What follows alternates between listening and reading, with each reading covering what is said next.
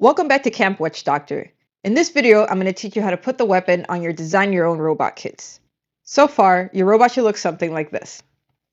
Your attachments obviously are going to look different depending on what you chose, but we're going to focus on this area right here. The first thing we want to do is add the servo horn gear. This is a servo horn here. You can see this is a semicircle, so it's open. That's going to ride right on that round part of the servo horn there. And once again, we're going to use this screw for it. So most of the screws of your kit look like this. There's a couple in there that use this pan head. They might be black or silver. Either way, they're the two that look a little bit different, so we're going to use those for this. Now I want to install this gear towards the servo side. So it's going to be on this side of the servo horn towards the same side as your servo. You can go ahead and just slip it on like this. Make sure that it's all the way down like that so that this hole aligns. So you can see when I look at it from here, that hole aligns there. And it's between the servo horn and my servo. So that's everything looking correct. And I'm going to put this screw right through there. Hold it. Move it so it's a little bit easier. And then you can just use your screwdriver to install that, just like that. Now, before we can install our hammer, we're going to need to make one modification to our frame here. You have this part in your kit, which is the weapon rails that are going to hold your hammer on. So your hammer is going to have a gear on it just like this that's going to mesh with this gear. So it's going to need to be held a lot higher than this can handle. So we're going to use this part in order to do that. Before I put that, you'll notice that there's 3 holes right here on your frame. Those are the 3 holes that we're going to use for this. Just in between these parts that we use to hold our lifter. That's going to keep these from moving either way, so it keeps it nice and secure. Just install those 3 screws. Okay, so our robot is ready to accept the hammer. I'm going to move this out of the way for now, and we're going to go ahead and assemble our hammer. Your hammer comes like this in 2 pieces. This is nice because it lets you swap out your hammer head and only print this part if you get some damage to it, and you can reuse this part more often. So like we said, this gear is the side that's going to go towards your robot, and then you'll see on the hammer head we have this shape which matches with this shape.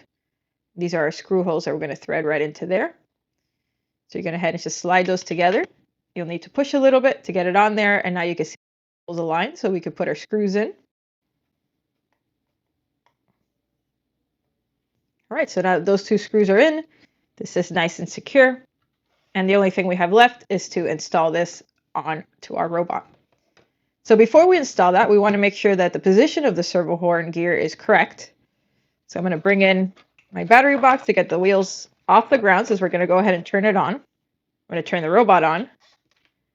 And then I'm going to make sure that I move the throttle stick so that the servo horn is like this. We don't want the servo horn to be down in the frame. We want it to be up like this.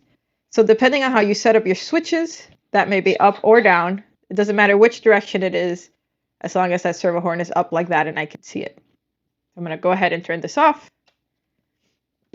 And we're going to turn the robot off. When the servo gear is in this position, we want the hammer to be all the way down. So you could place the hammer, if you want the hammer to hit the floor, you could place it all the way down. If you know your opponents are never going to be 0 inches tall, and you can set it a little bit higher if you want, which would mean that it swings a little bit further back. On the back swing, it could help with your self-righting. But I'm going to set it as low as I can. We could also adjust it slightly later. So in a place that you can tell that it's going to kind of sit in those gear teeth. So you want to sit it so that it's as close to the middle as possible. And then we're going to look from this angle and make sure that it's aligned. It looks like it's aligned there. You might have to rotate it a little bit to get it aligned. And then we're just going to slide the axle through the frame, the hammer, and then the frame again. It's going to look something like this. We'll try to center it. And then the last thing we need to do is shaft collar on either side of this and make sure that it doesn't fall off. So now we'll want to make sure that that weapon works the way we want it to. So I'm going to bring the transmitter back. I'm going to turn the robot on. When I move the throttle stick up, the hammer goes up. When I move it down, the hammer goes down.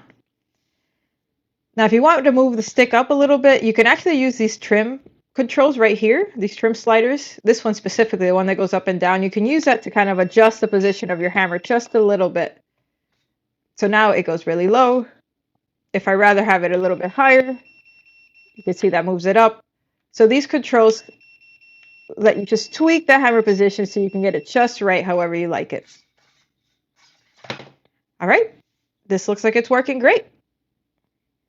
If you prefer, right now when I move the stick up, the hammer goes up. When I move it down, the hammer goes down.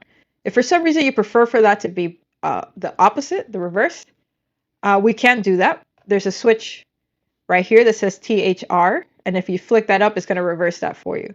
Now, when you hit that switch, since it's reversing it and your stick is down, it means that the hammer is going to go all the way back. So make sure that your hands are clear of the path of the weapon. Very important.